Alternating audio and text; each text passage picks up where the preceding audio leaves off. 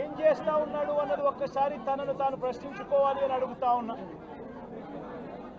ఈరోజు రైతులకు సంబంధించి వ్యవసాయం పూర్తిగా ముమ్మరంగా సాగుతా ఉన్న పరిస్థితుల్లో రైతులకు తాను హామీ ఇచ్చిన మేనిఫెస్టోలో తాను చెప్పిన హామీ రైతులకు 20,000 రూపాయలు పెట్టుబడి సహాయంగా ఇస్తానని చెప్పి రైతులకు ఎగరగొట్టేశాడు. ఇవ్వాల్సిన రైతు భరోసా సొమ్మును కూడా ఇవ్వకుండా, ఎక్కువ చేసి ఇస్తానన్న రైతు భరోసా సొమ్మును కూడా ఇవ్వకుండా రైతులకు మోసం చేశాడు. పిల్లలు బడులకు పోతా ఉన్నారు. ఎంతమంది పిల్లలు బడులకు పోతా ఉన్నారు అన్నది అందరికీ తెలిసిన లెక్కలే. ప్రతి సచివాలయంలోనూ ఎంప్లాయీస్ ఉన్నారు, మండల ఎడ్యుకేషన్ ఆఫీసర్లు ఉన్నారు. అయినా కూడా తల్లులను మోసం చేస్తూ అమ్మఒడి ఎగరగొట్టేశారు. ప్రతి పిల్లాడికి ఇస్తాను అని ఎన్నికలప్పుడు చెప్పిన హామీ నీకు 15,000, నీకు 15,000, నీకు 15,000, నీకు 15,000 అని చెప్పి ఆ ప్రతి పిల్లాడిని చూపించి ఇస్తాము అని చెప్పి ఆ పిల్లలను మోసం చేశారు. ప్రతి అక్క చెల్లెమ్మలను మోసం చేశారు. తల్లులకు అమ్మఒడి ఇస్తామని తల్లుల దగ్గర నుంచి మొదలెడితే ప్రతి తల్లికి 18 సంవత్సరాలు నిండిన ప్రతి అమ్మాయికి, ప్రతి అక్కకు, ప్రతి చెల్లెమ్మకు నెలకు 1,500 రూపాయలు ఇస్తామని చెప్పి వాళ్ళను మోసం చేశారు. ఈరోజు ఫీజు రీయింబర్స్మెంట్ తీసుకుంటా ఉన్న పిల్లలు జనవరి, ఫిబ్రవరి, మార్చి క్వార్టర్ ఫీజులు రాలా. ఏప్రిల్, మే, జూన్ ఫీజులు, రెండో క్వార్టర్ కూడా ఫీజులు రాలా.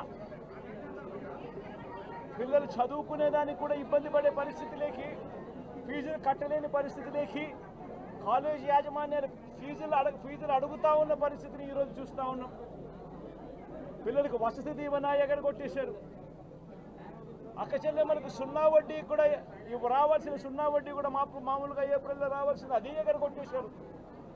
ఇవన్నీ కూడా వైఎస్ఆర్ కాంగ్రెస్ పార్టీ ఉన్నప్పుడు, జగన్ ముఖ్యమంత్రిగా ఉన్నప్పుడు క్రమం తప్పకుండా క్యాలెండర్ ఇచ్చి ప్రతి ఒక్కరిని కూడా ఆదుకుంటూ వస్తూ ఉన్న పరిస్థితి.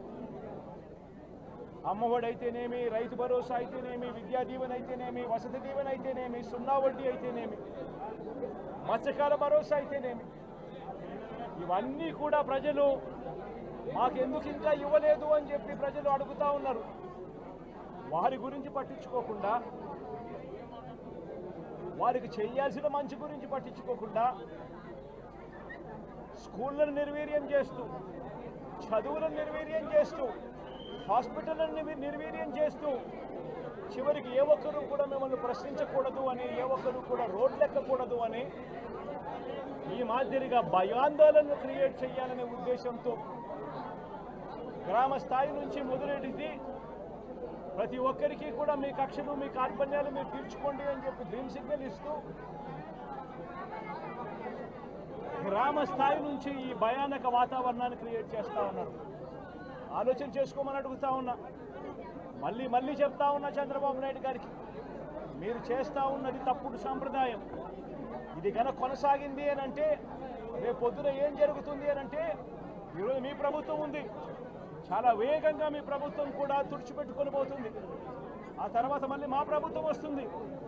ఆ తప్పుడు మా ప్రభుత్వం వచ్చినప్పుడు కార్యకర్తలు నేను వద్దు అని చెప్పినా కూడా వినకుండా ఆ కార్యకర్తలు చంద్రబాబు నాయుడు గారి తెలుగుదేశం పార్టీ వాళ్ళందరికీ కూడా బుద్ధి చెప్పే పరిస్థితి కూడా చంద్రబాబు నాయుడు గారు బీజం వేస్తూ ఉన్నారు. ఈరోజు దయచేసి నేను చంద్రబాబు నాయుడు గారికి చెప్తా ఉన్నా, ఈ తప్పుడు సాంప్రదాయాలను ఇంతటితో ఆపండి. ఈ తప్పుడు సాంప్రదాయాలు పెద్దయ్యాయి, వృక్షాలైనాయి అనంటే ఆ తర్వాత ఆపడం ఎవరి చేత కాకుండా పోతుంది. ఇప్పటికే లా అండ్ ఆర్డర్ అనేది గాడి తప్పింది. ఇప్పటికే ఏం జరుగుతూ ఉంది అన్నది మీకే తెలియకుండా కూడా జరిగేంత దారుణమైన పరిస్థితిలోకి ఈరోజు లా అండ్ ఆర్డర్ పోతూ ఉంది. ఒక వైఎస్ఆర్సీపీ కార్యకర్తలే కాదు, వైఎస్ఆర్సీపీని అభిమానించే వాళ్ళే కాదు, చివరికి మహిళల మీద కూడా అగత్యాలు పెరిగిపోయినాయి, చిన్నపిల్లల మీద కూడా అగత్యాలు పెరిగిపోయినాయి. ఇష్టం వచ్చినట్టుగా రౌడీజం పెరిగిపోయింది. ఇష్టం వచ్చినట్టుగా ఎవరికి బుద్ధి పుడితే వాళ్ళు చేస్తూ ఉండే కార్యక్రమాలు జరుగుతూ ఉన్నాయి. లా అండ్ ఆర్డర్ పూర్తిగా గాడి తప్పిన పరిస్థితులు కనిపిస్తూ ఉన్నాయి. ఇప్పటికైనా చెప్తా ఉన్నాను, హెచ్చరిస్తూ ఉన్నాం, మరొక్కసారి కూడా చెప్తా ఉన్నాం. శుక్రవారం ఈ మధ్య కాలంలోనే జరిగిన ఇంకొక ఘటనలో ఏకంగా చంపేసిన ఘటన చూసాం నంద్యాలలో. శుక్రవారం నేను అక్కడికి కూడా పోతా ఉన్నాను.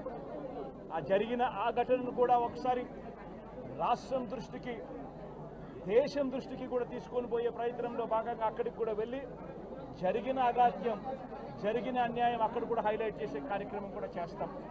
ఖచ్చితంగా హైకోర్టు తలుపులు తడతాం, అవసరమైతే సుప్రీంకోర్టు తలుపులు కూడా తడతాం. ఇప్పటికే ప్రధాన రాజకీయ పక్షాలన్నింటికీ కూడా రాష్ట్రంలో జరుగుతూ ఉన్న అన్యాయాల గురించి వివరించడం జరిగింది. ఇక హైకోర్టు, సుప్రీంకోర్టు గడపలు కూడా గట్టిగా వాళ్ళ తలుపులు కూడా కొట్టే కార్యక్రమాలు గట్టిగా చేస్తాం. రాష్ట్రంలో జరుగుతూ ఉన్న ఈ అన్యాయాలు, ఈ ఆక్రందనల మీద ఎందుకు ప్రెసిడెంట్ రూల్ విధించకూడదు అని చెప్పి కూడా గట్టిగా వాళ్ళని అడిగే కార్యక్రమం కూడా చేస్తాం. గవర్నర్ గారిని కూడా ఈ విషయంలో కలగజేసుకోవాల్సిన అవసరం ఉంది అని చెప్పి కూడా గవర్నర్ గారిని కూడా ఈ సందర్భంగా విన్నపిస్తూ ఉన్నాం. ఇవన్నీ కనీసం మీరన్నా సుప్రీంకోర్టు జడ్జిగా పనిచేశారు, కనీసం మీ సమక్షంలో మీరు ఉండగానే ఇవన్నీ ఈ రాష్ట్రంలో జరుగుతూ ఉన్నాయి. దయచేసి మీరు కూడా కాస్తో కూస్తో చూసేసి ఉన్నట్టుగా పోకుండా మీరు గట్టిగా ఇన్వాల్వ్ కమ్మని చెప్పి గవర్నర్ గారిని కూడా ఈ సందర్భంగా విజ్ఞప్తి చేస్తూ ఉన్నారు.